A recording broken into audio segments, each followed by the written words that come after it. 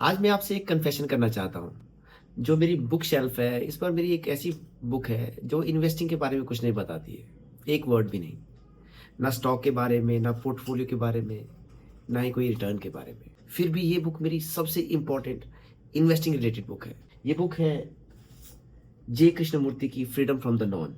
अब आप सोच रहे होंगे कि इसका क्या कनेक्शन है। मैं बताता हूँ। क्योंकि कृष्णमूर्ति ने एक चीज कही जिसने मेरा सब कुछ बदल दिया। Are you aware of your conditioning? क्या आप अवेयर है अपनी कंडीशनिंग के बारे में? देखो, जो इन्वेस्टिंग है, इन्वेस्टिंग का सबसे बड़ा दुश्मन मार्केट नहीं है। सबसे बड़ा दुश्मन है जो हमने कई सालों से खुद बिल्ड की है और जिससे हम अवेयर भी नहीं होते। आजकल आप देखेंगे, चाहे वो पॉलिटिकल पार्टीज हो या डिफरेंट हो, हमारे अपने खुद के थॉट नहीं रहते।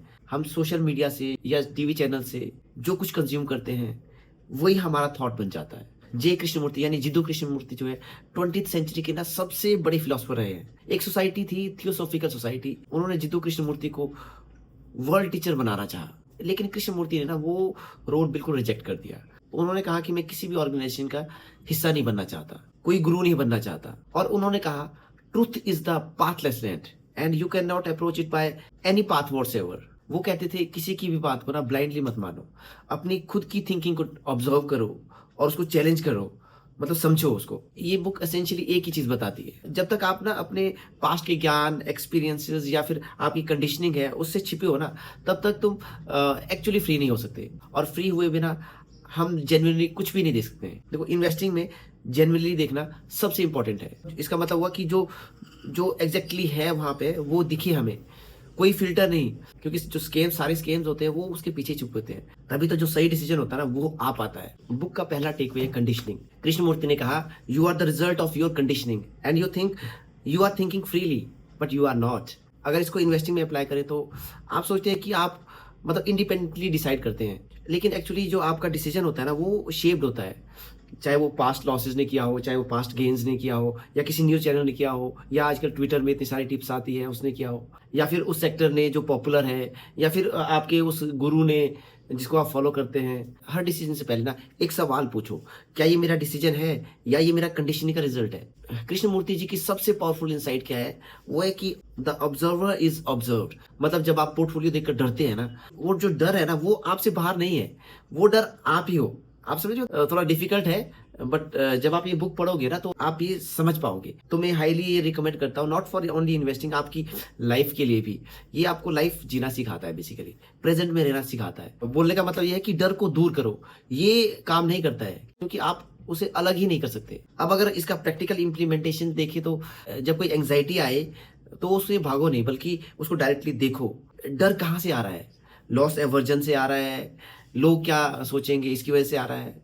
मतलब कुछ भी नाम दो उसको, क्योंकि जब हम अपने डर को नाम देते हैं ना तो वो थोड़ा कम पावरफुल हो जाता है। और उसके बाद जो क्लैरिटी आती है ना, वो डर हटाने से नहीं आती है, बल्कि डर को डायरेक्टली समझने से आती है। और बुक का थर्ड टेक अवे है, वो है चॉइसलेस अवेयरनेस।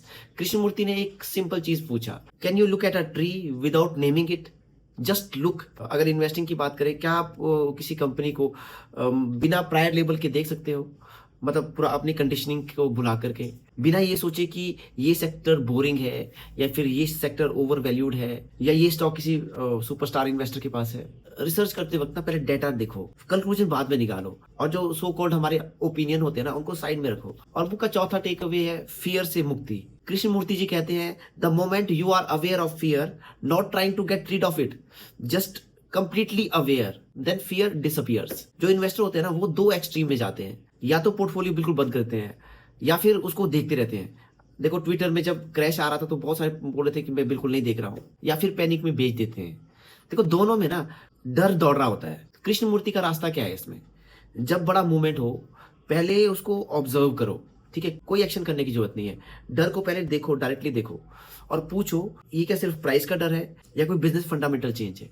देखो, प्राइस का डर और बिजनेस रियलिटी ये दोनों अलग है, और जब ये क्लियर हो जाए तो डिसीजन तक खुद बन जाता है। बुक का पांचवा टेकअवे है थॉट की सीमा, मतलब बाउंड्रीज।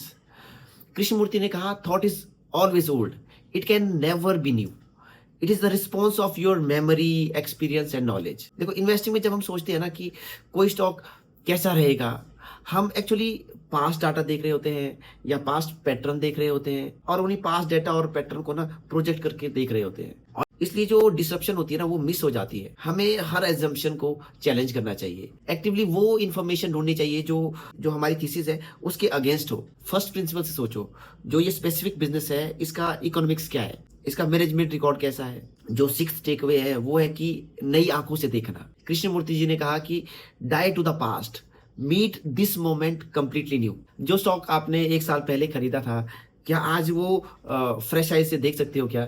या ऐसा तो नहीं है कि वो मेरा स्टॉक बन गया है अब, जबकि हमें उसको फ्रेश तरीके से देखना चाहिए, मतलब क्वार्टरली। इस वे में कि अगर कोई मुझे आज रिकमेंड करता या मैं रिसर्च करता, तो क्या मैं उसको आज अपने पोर्टफोलियो में ऐड करता? देखो, अपना पोर्टफोलियो भूल जाओ, सिर्फ उसका बिजनेस देखो। कहने का मतलब ये है कि उस कंपनी को पास्ट थीसिस को देखो कि वो आज भी इंटैक्ट है कि नहीं है, मतलब बिजनेस को देखो बस। ये एक प्रैक्टिस है, एक डिसिप्लिन है, और ये हर क्वार्टर में करने की जरूरत है। खुद से ऑनेस्टली पूछो। कुल मिला के आज की समरी की बात करें, जो कृष्णमूर्ति की 6 टीचिंग्स है डायरेक्टली जो इन्वेस्टिंग में एप्लीकेबल है, वो है कंडीशनिंग चेक। हर डिसीजन से पहले पूछो ये मेरा है या फिर कंडीशनिंग का। ऑब्जर्वर इज ऑब्जर्व्ड, मतलब डर को डायरेक्टली देखो, उसको नाम दो, उसको समझो। और फिर थी चॉइसलेस अवेयरनेस, पहले डेटा रखो, फिर उसका कंक्लूजन बाद में निकालो, मतलब प्रायर लेबल हटा दो। और फिर था फियर से मुक्ति, उसका मतलब ये हुआ कि प्राइस का डर और जो बिजनेस रियलिटी है उन दोनों को अलग रखो। और फिर था थॉट की सीमा, जो पास्ट पैटर्न्स है ना उनको ब्लाइंडली फॉलो मत करो। नई आंखों से क्वार्टरली फ्रेश स्टार टेस्ट करो, हर होर्डिंग पर फ्रेश तरीके से देखो। ये जो 6 प्रैक्टिसेस है ना, ये एक इनर गेम है, बाहर का गेम नहीं है। बाहर का गेम तो सब पढ़ते हैं, अंदर का जो गेम होता है ना बहुत ही कम लोग जानते हैं। कृष्णमूर्ति ने कहा था, it is truth that liberates, not your effort to be free. इसका मतलब ये है कि सच देखने से मुक्ति मिलती है, एफर्ट से नहीं आती है। बोलने का ये मतलब है कि अपनी कंडीशनिंग को जानो, अपने डर को जानो, अपने थॉट पैटर्न्स को जानो, तब जो इन्वेस्टिंग होती है ना वो बिल्कुल अलग हो जाती है। इसी के साथ मैं हरीश, मिलते हैं नेक्स्ट वीडियो में, तब तक के लिए हैप्पी इन्वेस्टिंग।